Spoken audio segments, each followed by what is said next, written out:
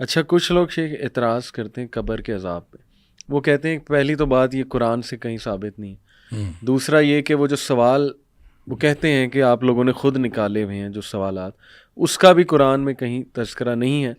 عمومی طور پہ وہ لوگ یہی امپریشن لیتے ہیں جی کہ بس ہم مریں گے، اس کے بعد بس قیامت والے دن ہی اٹھائے جائیں گے. اور دلیل وہ اس کی یہ دیتے ہیں کہ دیکھیں قرآن میں یہ الفاظ ہیں کہ جب انہیں اٹھایا جائے گا ایک دم سے تو وہ کہیں گے ہمیں کس چیز نے ہماری نیند سے بیدار کر دیا. اس کا مطلب کہ پیچھے کچھ بھی نہیں ہو رہا تھا. اگر ہو رہا ہوتا تو بڑے بوکھلا کے اٹھتے. تو اس سب کو کیسے ہم ان کا جوابات جو ہیں؟ دیکھیں، سب سے پہلی بات تو یہ ہے کہ قرآن سے ثابت ہے یا نہیں ہے جی یہ اتنا میٹر ہی نہیں کرتا. اچھا پہلی تو بات یہ ہے بالکل ٹھیک. قرآن سے ثابت ہو یا نبی کریم صلی اللہ علیہ وسلم کی بات سے ثابت ہو، صحیح بات ایک ہے. بالکل ٹھیک. دونوں میں کوئی فرق نہیں. صحیح. یہ فرق ہم نے بنائے ہوئے ہیں. دیکھیں، قرآن جو کہتے ہیں قرآن سے فائدہ، قرآن سے ثابت ہوا، ان سے یہ پوچھیں قرآن کس پہ نازل ہوا تھا؟ قرآن کہاں آیا تھا؟ صحیح. کوئی بنی بنائی کتاب مجھے یا آپ کو مل گئی تھی؟ صحیح. قرآن نبی کریم صلی اللہ علیہ وسلم کے قلب اطہر پہ نازل ہوا ہے. صحیح. اور نبی کریم صلی اللہ علیہ وسلم کے دل پہ قرآن کہتا ہے خود نازل بہ الروح الامین علی قلبک لتکون من المنذرین. اے حبیب صلی اللہ علیہ وسلم، ہم نے آپ کے دل پر نازل کیا. اچھا، اب آپ یہ بتائیں کہ دل کی بات کسی کو دوسرے کو کیسے پتا چلتا ہے؟ بالکل. میرے دل میں کیا ہے آپ کو کیسے پتا چلے گا؟ یا میں بول لوں گا، بالکل، یا میں کچھ کروں گا. صحیح. کوئی ایسا میں جیسچر دوں گا تو آپ کو پتا چلے گا میرے دل میں کیا ہے. تو نبی کریم صلی اللہ علیہ وسلم جب بولتے ہیں تو وہ قرآن نہیں ہوتا، وہ حدیث ہوتی ہے. سبحان اللہ. نبی پاک صلی اللہ علیہ وسلم جب بولتے ہیں ما صدر عن النبی من قول او فعل او تقریر، آپ بول لیں تو حدیث ہوتی ہے، آپ کچھ کریں تو حدیث ہوتی ہے، اور آپ کسی کا عمل برقرار رکھیں تو وہ بھی حدیث ہوتی ہے. صحیح.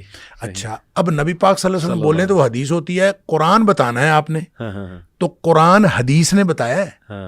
بالکل بالکل صحیح. نبی پاک صلی اللہ علیہ وسلم کی حدیث سے قرآن ثابت ہوا ہے. لہٰذا جن کو یہ پرابلم ہے نا جی ہاں کہ ہم قرآن کی بات مانیں گے حدیث کی بات نہیں مانیں گے، ان کے لیے یہ ہے کہ قرآن خود ثابت ہوا ہے حدیث سے. بالکل. نبی پاک صلی اللہ علیہ وسلم نے فرمایا کہ یہ قرآن ہے. تو یہ اب دیکھیں ترتیب نزولی میں جو پہلی آیت تھی وہ تو 30ویں پارے میں چلی گئی. کس نے بتایا کہ یہ یہاں آئے گا، یہ یہاں آئے گا، یہ یہاں؟ یہ نبی پاک صلی اللہ علیہ وسلم نے بتایا. یہ ترتیب نبی کریم صلی اللہ علیہ وسلم نے لگوائی. لہٰذا حدیث سے قرآن ثابت ہوتا ہے، ایک بات. دوسری بات یہ ہے کہ حدیث کو حلال و حرام کے حوالے سے اللہ نے قرآن میں اتھارٹی دی ہے نبی کریم صلی اللہ علیہ وسلم. صحیح. سورہ اعراف کی آیت نمبر 157 میں صحیح. اللہ تعالیٰ فرماتا ہے وَيُحِلُّ لَهُمُ الطَّيِّبَاتِ وَيُحَرِّمُ عَلَيْهِمُ الْخَبَائِثَ. جہاں نبی پاک صلی اللہ علیہ وسلم کی ڈیوٹیز کی بات کی، آپ کے فرائض کی بات کی، اس میں فرمایا یہ ان کے لیے جو پاکیزہ چیزیں حلال ٹھہراتا ہے اور جو ناپاک چیزیں وہ حرام ٹھہراتا ہے. حلال حرام کا جو اتھارٹی ہے اللہ نے نبی پاک صلی اللہ علیہ وسلم کو دی. صحیح صحیح صحیح. لہٰذا جو مچھلی کھاتے ہیں، میں تو اکثر کہتا ہوں جو مچھلی کھاتے ہیں جی جی وہ پہلے مچھلی کے مردہ حلال ہونے کی دلیل قرآن سے دیں نا، یا مچھلی کھانا چھوڑ دیں یا ذبح کر کے کھایا کریں. قرآن نے کہا حرمت علیکم المیتۃ والدم. جی. ہر قسم کا مردار اور ہر قسم کا خون حرام ہے. صحیح صحیح. بات ختم. بات ختم. بالکل. یہ تو مچھلی نبی پاک صلی اللہ علیہ وسلم فرمایا احلت لکم میتتان ودمان، دو خون دو مردار تمہارے لیے حلال ہے. اللہ. اس میں آپ نے فرمایا الحوت والجراد، جو دو مردار حلال ہیں، ایک مکڑی ہے صحیح پتے کھانے والی، صحیح، اور دوسری جو ہے وہ مچھلی ہے. اچھا. تو اس سے جو ہے مچھلی کا مردار حلال ہوا ہے. بالکل. وگرنہ قرآن نے تو کیٹاگوریکلی مردار حرام کیا تھا. جی ہاں جی ہاں. اس کا مطلب یہ ہوا کہ جو بات نبی پاک صلی اللہ علیہ وسلم فرمائے وہ اسی طرح سے حلت و حرمت کا درجہ رکھتی ہے جس طرح قرآن کی بات حلت و حرمت. صحیح صحیح. اسی طرح قرآن نے کہہ دیا ما آتاکم الرسول فخذوہ وما نہاکم عنہ فانتہوا. جو کچھ اللہ کے رسول صلی اللہ علیہ وسلم تمہیں دیں وہ لے لو، اور جو جس سے روکیں رک جاؤ.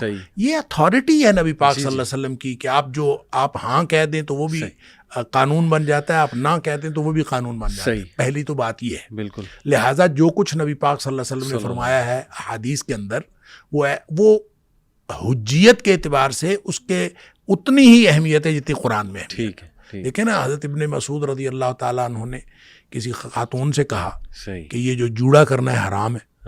جوڑا یہ جو خواتین اوپر جو بنا لیتی ہیں, ٹھیک ہے, تو اس نے کہا حرام ہے, اچھا اللہ نے اس کو حرام کیا ہے. صحیح. تو خاتون آگے سے کہتی ہیں کہ میں نے تو سارا قرآن پڑھا, اس میں تو بالوں کا ذکر ہی نہیں ہے, اچھا تو تم کیسے کہتے ہو حرام؟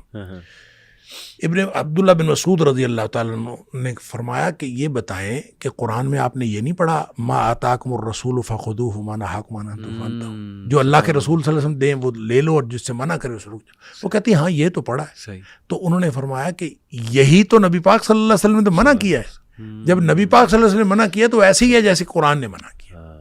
لہٰذا جب عذاب قبر کا ذکر احادیث کے اندر آ گیا تو وہ ایسے ہی ہے جیسے قرآن میں آ گیا, کیونکہ وما ینطق عن الہوی ان ہوا الا وحی یوحی, نبی پاک صلی اللہ علیہ وسلم کے بارے میں قرآن نے فرمایا ہے کہ آپ اپنی مرضی سے نہیں بولتے, آپ کے اوپر وحی آتی ہے تو بولتے ہیں. لہذا نبی پاک صلی اللہ علیہ وسلم جو کچھ فرمایا ہے, عذاب کی باتیں آپ نے عذاب قبر کی جتنی باتیں بتائی ہیں وہ ساری کی ساری اسی طرح سے اتھینٹک ہیں جس طرح سے اگر صحیح حدیث ہو, صحیح حدیث, اگر صحیح حدیث ہو تو وہ اسی طرح سے اتھینٹک ہے جس طرح سے قرآن اتھینٹک.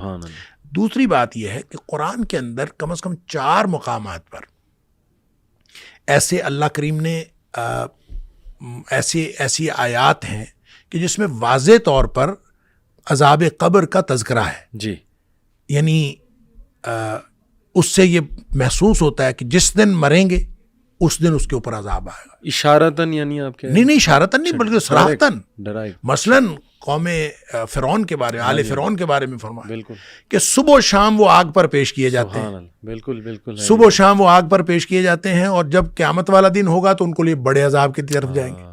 اس کا یہ صبح و شام جو چیز عذاب پر پیش کی جاتے ہیں کہاں ہے؟ یہ میرے خیال سورہ فصلت ہے, یہ سورہ مومن ہے, سورہ غافر جس کو کہتے ہیں. جی جی جی, یہ سورہ غافر ہے. اس کے علاوہ سورہ توبہ کے اندر, سورہ انعام کے اندر, سورہ ابراہیم کے اندر کم از کم 4 مقامات قرآن میں ایسے ہیں جس سے اس طرح کے واضح اشارات موجود ہیں جس کو آپ عذاب قبر کہہ سکتے ہیں. اب عذاب قبر کا نام لے کے تو قرآن نے نہیں کہا, لیکن وہ عذاب قبر ہی ہے. جب آپ مر کے قبر میں گئے تو عالم برزخ کی بات. بالکل.